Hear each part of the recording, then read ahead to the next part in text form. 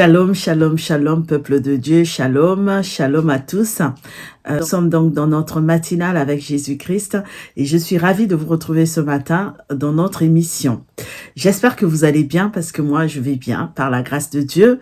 Et aujourd'hui nous allons continuer notre méditation sur le thème « Moi je suis ». Alléluia. La dernière fois nous avons dit que dans l'évangile de Jean, à 7 reprises, Jésus dit « Moi, je suis ». Et aujourd'hui, nous allons voir le deuxième « Je suis » qui se trouve dans Jean 8 au verset 12. Toi qui n'es pas encore abonné à cette chaîne, je t'invite à t'abonner et aussi à activer la cloche de notification afin de recevoir les vidéos.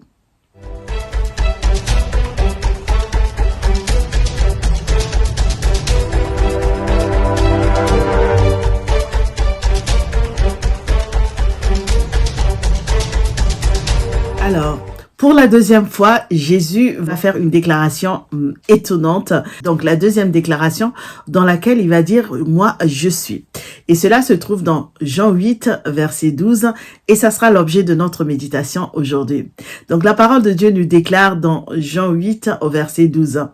Jésus leur parla encore « Moi, je suis la lumière du monde ».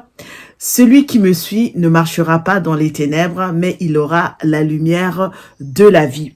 Si nous allons dans la Bible, la femme à son honneur, la parole de Dieu déclare « Jésus parla de nouveau au public. Je suis la lumière du monde, dit-il. Celui qui me suit ne marchera pas dans les ténèbres. Il aura la lumière de la vie. » C'est une déclaration assez étonnante, on dira même une déclaration étonnante. La deuxième déclaration dans l'évangile de Jean où Jésus dit « Je suis, moi je suis ». C'est la deuxième fois que Jésus fait une forte déclaration à son public dans l'évangile de Jean. Il se compare ici à des choses simple à des choses tangibles, comme quand il dit dans la première déclaration qui se trouve dans Jean 6, où il dit « Moi, je suis le pain de vie ». Et après, nous verrons que Jésus va dire « Moi, je suis la porte », donc la porte des brebis. Je suis la porte. Une chose est certaine, c'est que nous avons besoin de la lumière. Ici, Jésus se compare à la lumière qui donne la vie. Et toi et moi, nous avons besoin de la lumière. La lumière, elle est très importante dans notre vie quotidienne parce qu'elle nous permet de voir, elle nous permet de voir plus clair. Elle nous permet de voir tout ce qui est important autour de nous. Elle nous permet de travailler, de vaquer à nos obligations. Elle nous permet de faire nos activités. Elle nous permet aussi de travailler, d'être en bonne santé et surtout, elle est nécessaire pour notre vie. Voilà pourquoi Jésus ici se compare à quelque chose dont nous avons besoin. Simplement pour nous montrer que nous avons besoin de lui. Nous avons besoin de Jésus dans nos vies parce qu'il est la lumière du monde, la lumière qui vient éclairer dans les ténèbres.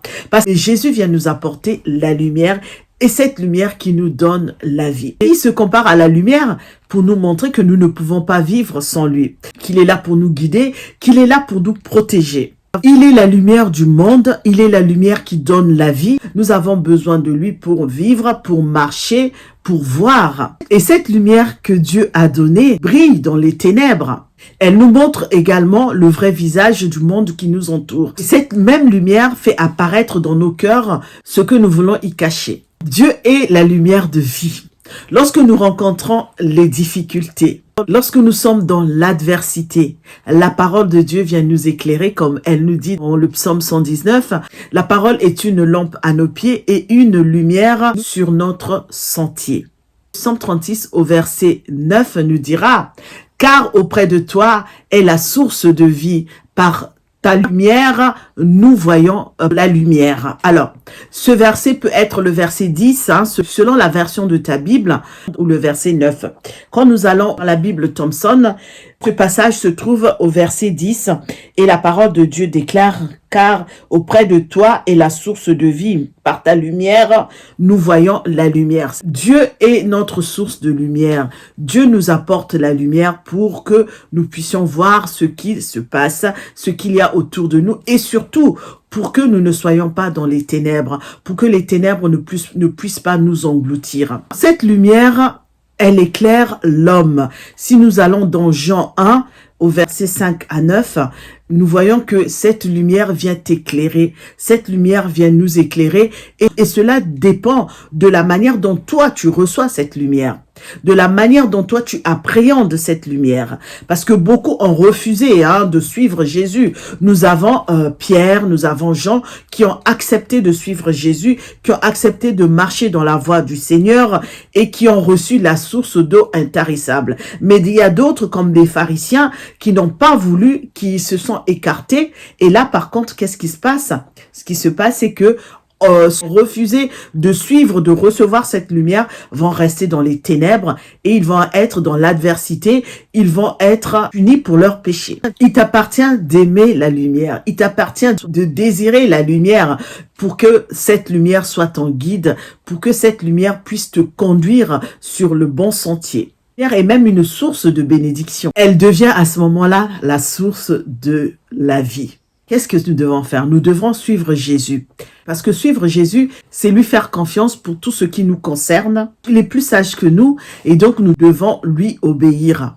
Et dans Jean 12, au 46, la parole de Dieu déclare, la Bible Thomson, « Moi, la lumière, je suis venu dans le monde pour que quiconque met sa foi en moi et ne demeure pas dans les ténèbres. » Donc, il est venu dans le monde pour que toi et moi, nous ne puissions pas demeurer dans les ténèbres. Pour cela, nous devrions avoir confiance en lui. Nous devrions avoir foi en lui. Alléluia. Et si nous avons foi en lui, nous ne demeurerons pas dans les ténèbres. Voilà pourquoi il est important de suivre Jésus. Voilà pourquoi il est important de demeurer dans la lumière. La parole de Dieu déclare aussi qu'il est le chemin, la vérité et la vie. Voilà pourquoi nous devrions suivre les traces de Dieu.